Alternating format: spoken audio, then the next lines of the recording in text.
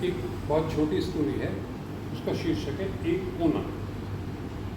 वह जब से विवाह करके इस घर में आई थी तब से ही इस 2 BHK फ्लैट में अपने लिए कोई कोना ढूंढती रही जिसमें कुछ पल बैठकर वह आराम कर सके और कुछ सोच सके, पर ऐसा हो न लगा। एक कमरे में उसके सास ससुर थे और दूसरे कमरे में कुंवारी नंद दिन भर रहती और रात्रि में ही वह कमरा उसे अपने पति के साथ विश्राम के लिए मिल पाता।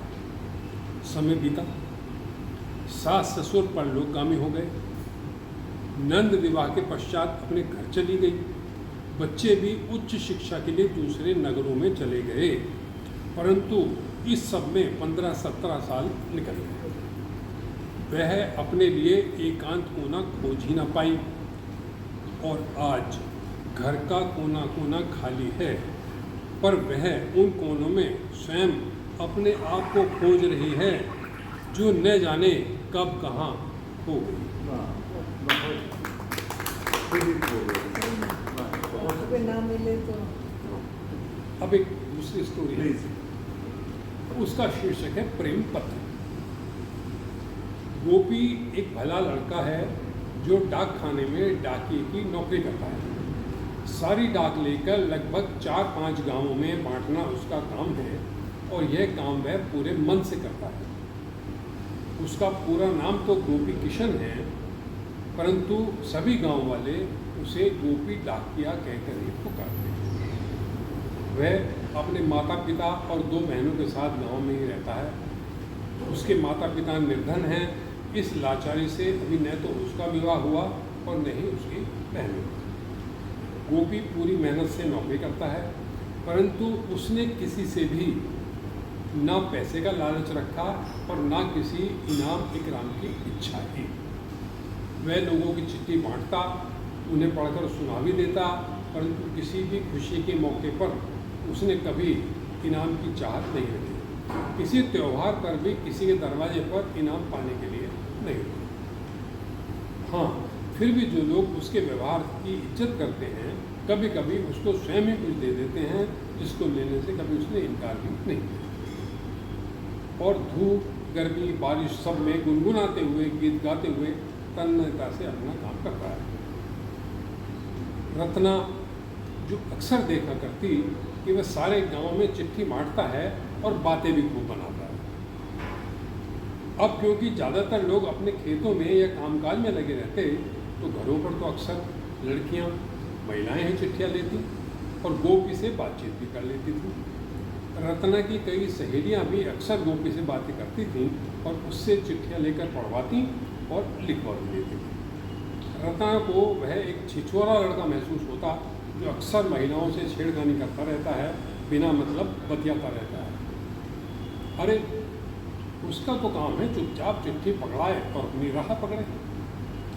जिसको लिखवानी होगी तो गांव में और भी पढ़े लिखे आदमी हैं, सिर्फ गोपी ही तो कलम चलाना नहीं जानता। खैर, रत्ना ने सीधे सीधे उससे कभी बात नहीं की। वह खुद हाई स्कूल कर रही है, उसकी चिट्ठी भी कभी कभार ही आती है।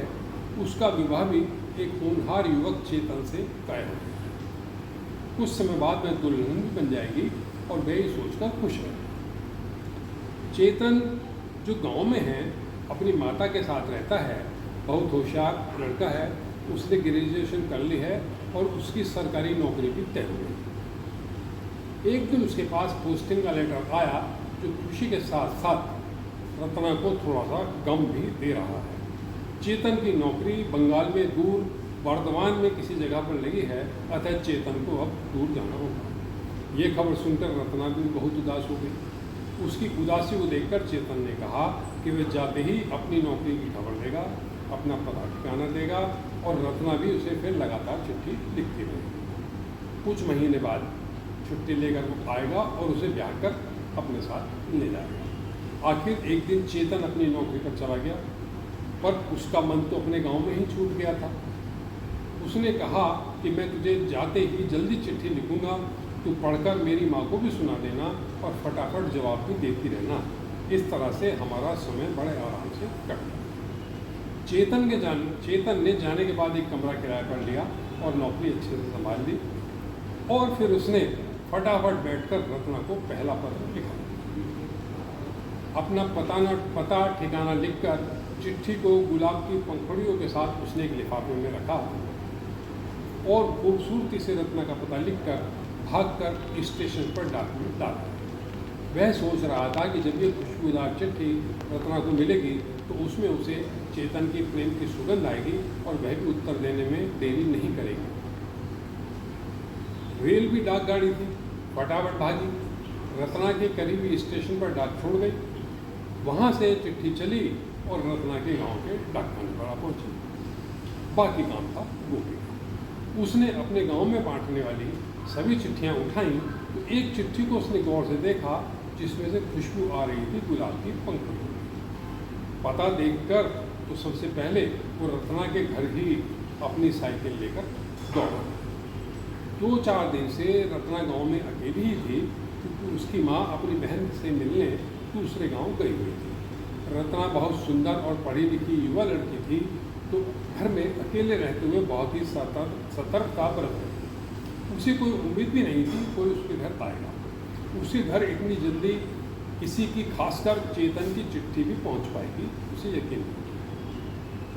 किसी खुशखबरी का खत समझते हुए गाते गुनगुनाते हुए गोपी ने रत्ना के घर की सांकल जोर से खड़खड़ाई।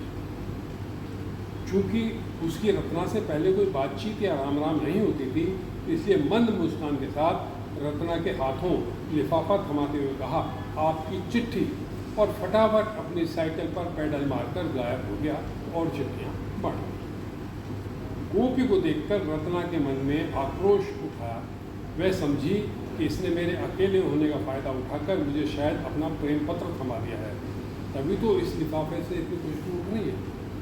बिना सोचे समझे उसने क्रोध से उस लिफाफे के टुकड़े टुकड़े करते हुए जाते हुए गोपी की तरफ उछाल दिए और बड़बड़ाई, तेरी इतनी हिम्मत! मैं तो पहले ही समझती थी कि तेरी नीयत अच्छी नहीं है। मुझे अकेली जानकर आज मेरा दरवाज़ा खड़खड़ा दिया। मैं भुनभुनाते हुए दरवाज़ा बंद करके भीतर आ गई। थोड़ी देर बाद गुस्सा तनिक शांत होने पर उसने सोचा कि कम से कम ये जान तो लेती कि दुष्ट गोपी ने उसे लिखा क्या है और कल को गांव वालों के सामने उसकी करतूत दिखाएगी। वह बाहर गई तो उसने देखा कि चिट्ठी के कतरे कतरे हवा में तितर बितर हो गए हैं और उसे कुछ टुकड़े हाथ आए जिसमें उसने देख लिया कि ये चिट्ठी तो उसके चेतन की थी। उसी में तो चेतन ने अपना पता लिखने की भी बात कही थी कि रत्ना उसे पढ़कर जवाब लिखेगी। अब वह करती भी तो क्या करती?